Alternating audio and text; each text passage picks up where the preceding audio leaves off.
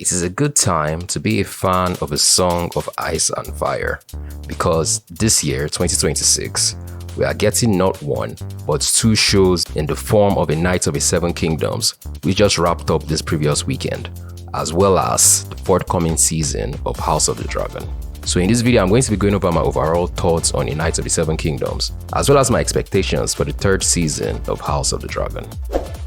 So in case you've been living under a rock, this past couple of weeks we've been getting weekly episodes of A Knight of the Seven Kingdoms, which is a show that was actually supposed to come out last year, but it was announced that the show was going to be delayed, and I remember back then I was really gutted when I got the information.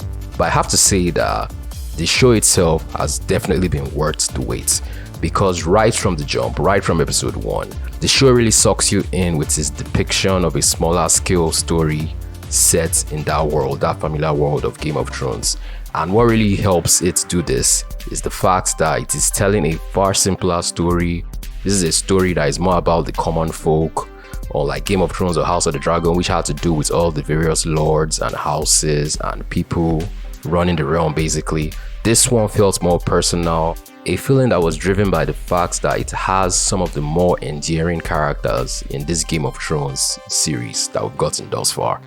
Just to give a brief synopsis, the show is basically telling the story of a squire who just became a knight and is determined to prove himself.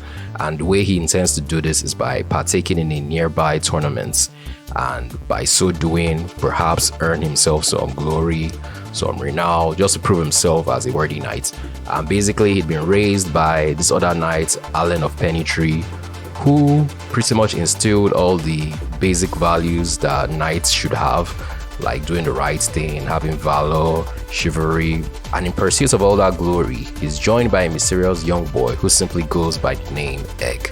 So I just have to say that the depiction of these two characters, there's just this chemistry between them that really helps show us, the viewers, why we should be on their side, why they were striving to get to the things they were striving to get, and you just more or less have a degree of empathy for both characters.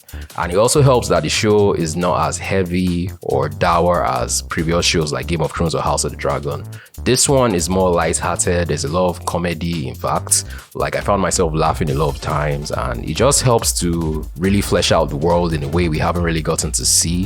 It was nice to be able to see a story of this smaller scale taking place in this one setting, and just having all the familiar houses like the Baratheons, the Targaryens of course, and just having all of them in this one tournament. And it was very nice. It was a very nice, cozy almost show that quickly revealed to have way more depth and was going to have bigger, wider ramifications for the future of Westeros, as we'll come to know in Game of Thrones. So yeah, I say all this to pretty much make it clear that I'm a big fan of the show. I like the direction it took. The production values, even though it was on a smaller scale, was still the same top-notch, high quality we've come to expect. And it was just basically a breath of fresh air to have a heroic lead and to have a character with a clear-cut motive. You didn't really have any kind of deconstruction going on. It was just a straightforward story that was pretty much what we needed at this particular juncture for Game of Thrones. In terms of nitpicks, the only one I really have is the fact that the episodes were a bit on the shorter side. Some of them were even less than 30 minutes long. We just felt like it wasn't enough time to really spend with those characters.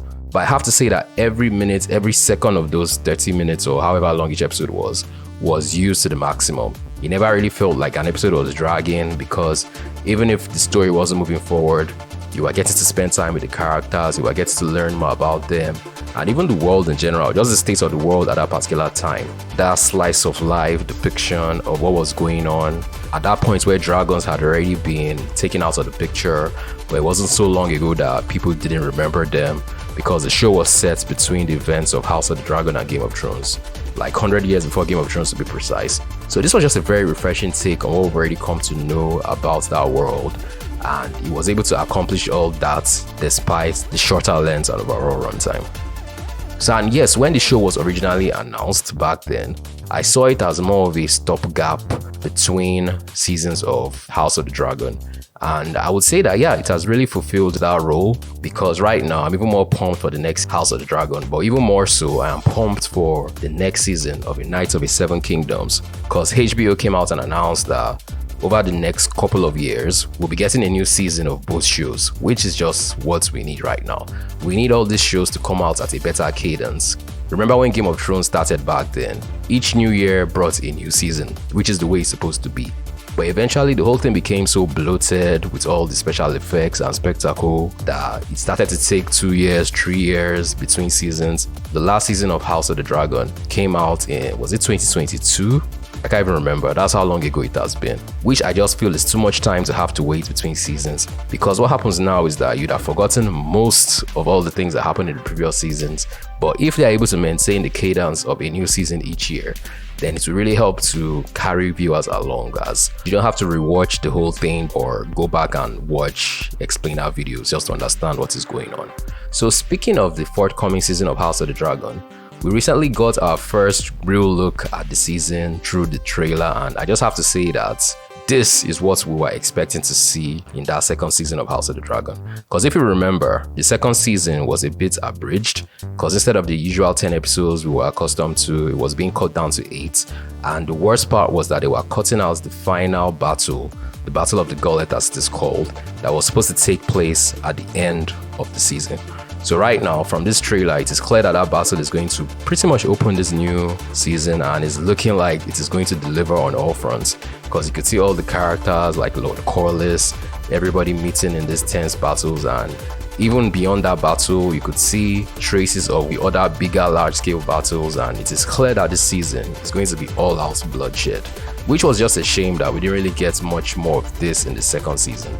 But rather than cry over spilled milk, I'm going to instead just revel at the fact that we only have a few short months to wait. And yes, House of the Dragon, I still have to say, is one of my favorite shows that is currently running. Despite the disappointment with how the last season ended, I am still very much of the opinion that this is a show that has every opportunity to eclipse what Game of Thrones was able to accomplish. Because, love it or hate it, Game of Thrones is still one of the greatest shows of all time.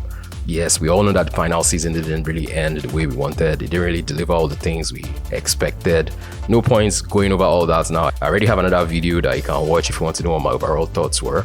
But House of the Dragon now has that opportunity to right some of those wrongs and to secure its place, separate from Game of Thrones and cultural zeitgeist. So yeah, this is just a very good time to be a Game of Thrones fan. As the kids would say, Game of Thrones fans are eating good between the Knights of the Seven Kingdoms and the forthcoming season of House of the Dragon.